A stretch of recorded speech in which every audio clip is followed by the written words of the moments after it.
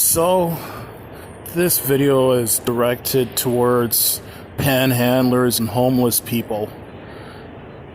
Basically, you may not want to hear this message, but if you're a panhandler, if you're a homeless person, chances are, in most cases, it's your own stupid fault why you're homeless, why you're out on the street, and why you find yourself panhandling. You know what? If you're healthy and you're able to work, go out and find yourself a bloody job. By the way, I guess I should clarify. I'm speaking for people living in Canada, like homeless people and panhandlers living in Canada. I can't speak for people living in other countries because I know that there's many countries around the world that are much less fortunate than Canada. So I realize that employment might not be readily available in some other countries, and social services might be non-existent or inadequate in other countries. So I'm speaking for Canada. But if you're living in Canada and you're homeless or you're a panhandler, chances are it was your own stupid fault for ending up out in the street. I do understand that there are some cases, some people that are suffering from mental illness that just are having a hard time coping with their mental illness. And I understand there's some cases of homeless kids that were being abused at home, or they got kicked out of their home before the age of 18. Okay, fine. I understand in those cases it's not your fault. And all I can say, if you're under the age of 18 and you find yourself being abused or being kicked out of your home before the age of 18, there's child services that you can go to. You can call the police. If you still happen to be in school, you can go to your teacher, your principal, your guidance counselor. I know here in Canada there's an organization called Kids Help Phone. You can give them a call as well too. But if you're a kid who just ran away from home because mommy and daddy were a little bit too strict with you, they wouldn't allow you to date under the age of 18. They won't allow you to go out with your friends whenever you feel like it and all that stuff, and they ground you for not following the rules. Well, suck it up and deal with it. That's life. Some parents are more strict than other parents. Some parents are more strict than other parents.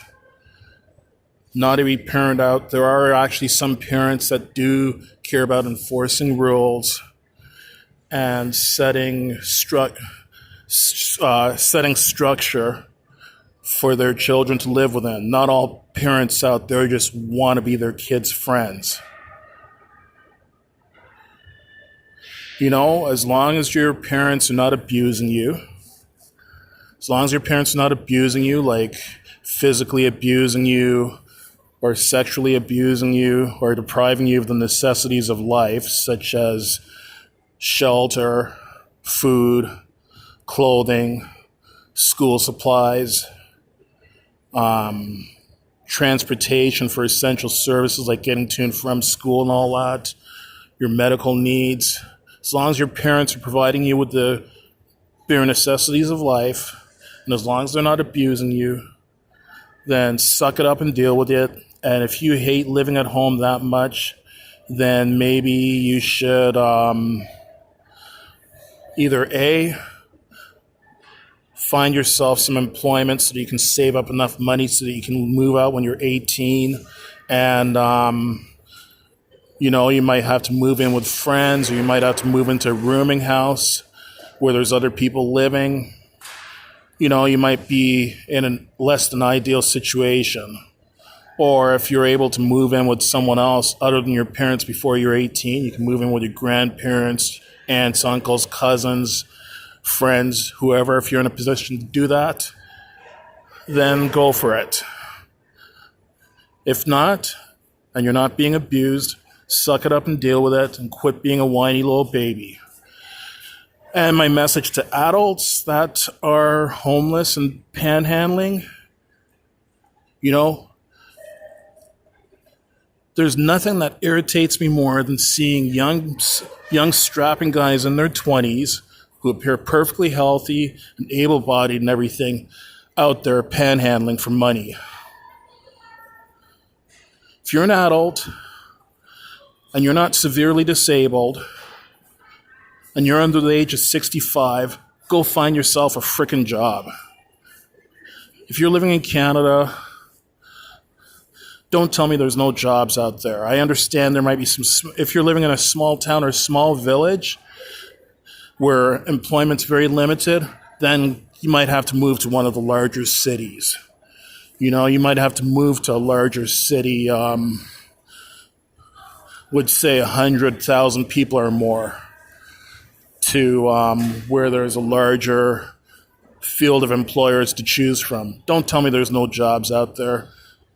There's McDonald's, there's Burger King, there's KFC, there's Taco Bell, there's Tim Hortons, there's warehouses around, there's a shopping mall. There's always employers out there looking for jobs. Get up off your lazy ass and go out and find a job and quit begging for money. And something that really, really pisses me off, if someone comes and asks me for money once, okay, fine. I'm not going to make a big deal out of that. If they come and ask me for money once and I either ignore them or say no, then walk away. But if someone comes and asks me for money and I ignore them or tell them no and they continue bugging me for it, that's really going to piss me off and I'm going to blow a gasket on you. Like case in point, I was in Vancouver last weekend at a McDonald's. And this one guy that appears to, I don't know, maybe be around, let's say 30-ish or so, 30-something. He might have even been in his 20s, I don't know, but he was in his 20s or 30s. There was this one, it was like in the wee hours of the morning, 2, 3 o'clock in the morning. This one guy was sleeping at one of the tables at McDonald's. So this panhandler came in, woke up the guy that was sleeping and asked him for money. The guy said no. He had a partially eaten bag of potato chips sitting on the table, and he asked him, can he have those chips? And the guy who was sleeping looked like he was just out of it and didn't care. He said, go ahead and have the chips. So then panhandler comes over to me and asks me for money, and I said no. He had the nerve to ask me, well, why not?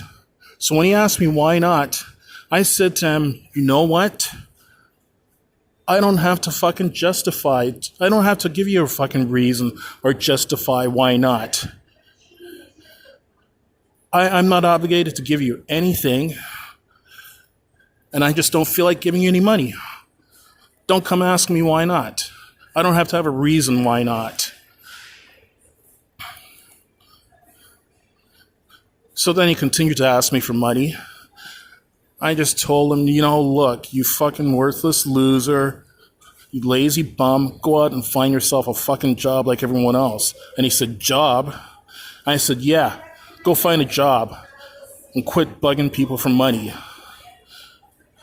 And he said to me, I make $400 a day. I said to him, well, if you make $400 a day, what are you doing here asking me for money? And then he said to me, well, this is how I make my money.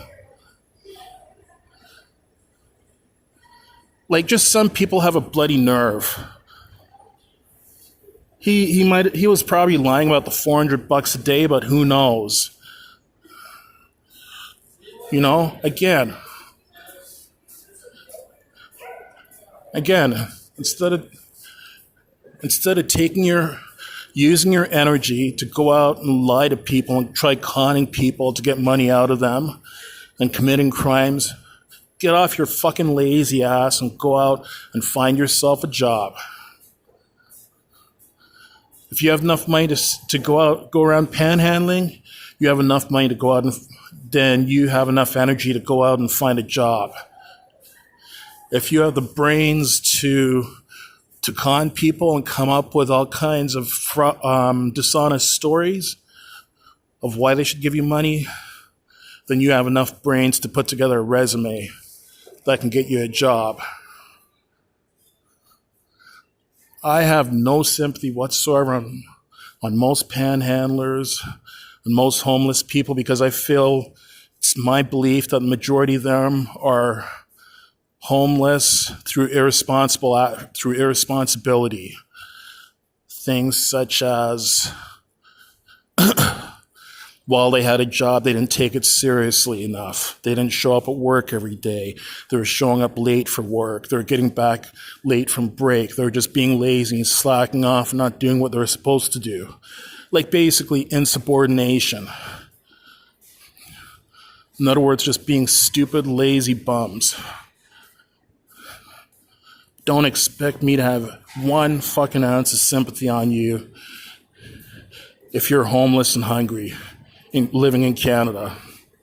If you're able to work, go out and find yourself a fucking job. If you're not able to work, like if you're disabled, then that's what disability benefits are for. And you know what? In most cases, I believe that probably a lot of disabled people are able to do some form of work. I mean, I've observed disabled people working before. Like I've seen like at places like McDonald's and Tim Hortons and shopping mall food courts, like the hospitality department at the shopping mall or housekeeping department at the shopping mall, the people that clean up food courts and that kind of thing, you know, that keep the food court clean and take out the garbage and all that. I've seen a number of people in those kind of positions in various jobs who are mentally challenged, in some cases physically challenged. I've even seen people with Down syndrome working at those type of jobs before, at McDonald's, at Tim Hortons, at Burger King, at the shopping mall, cleaning up the food court, that kind of thing. So a lot of disabled people are able to work, but if you're not able to work, then that's what disability benefits are for. And if you're 65 or older, even though there's many senior citizens that are working, if you're 65 or older, you can apply for a pension. So get your shit together and find a fucking job, and don't expect me to give you a fucking penny if you come panhandling to me. That's all.